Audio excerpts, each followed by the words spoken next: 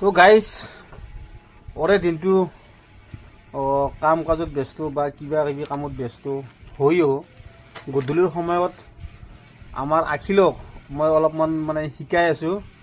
আৰু ইমান ধুনীয়াকৈ এটা পদ্য মাতিছে আৰু মাতাৰ কাৰণে মোৰ বহুত ভাল লাগিছে আৰু আপোনালোককো মই দেখুৱাম কেনেকৈ মাতে। এতিয়া আখিল বেটা মাতছোঁ কিমান ধুনীয়াকৈ মাতা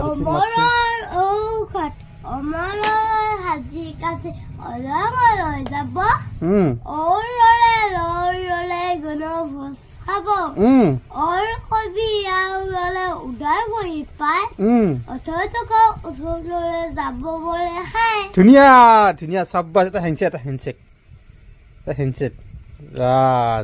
আচলতে সঁচাই বহুত ভাল লাগে যেতিয়া নিজৰ ল'ৰাটো বা ছোৱালীটো ধুনীয়াকৈ এটা পদ্য বা গল্প বা যিকোনো নহয় যি ধুনীয়াকৈ যদি এটা প্ৰশ্নৰ এটা উত্তৰ দিব ভালদৰে মাতিব তেতিয়া বহুত ভাল লাগে ন গাইজ।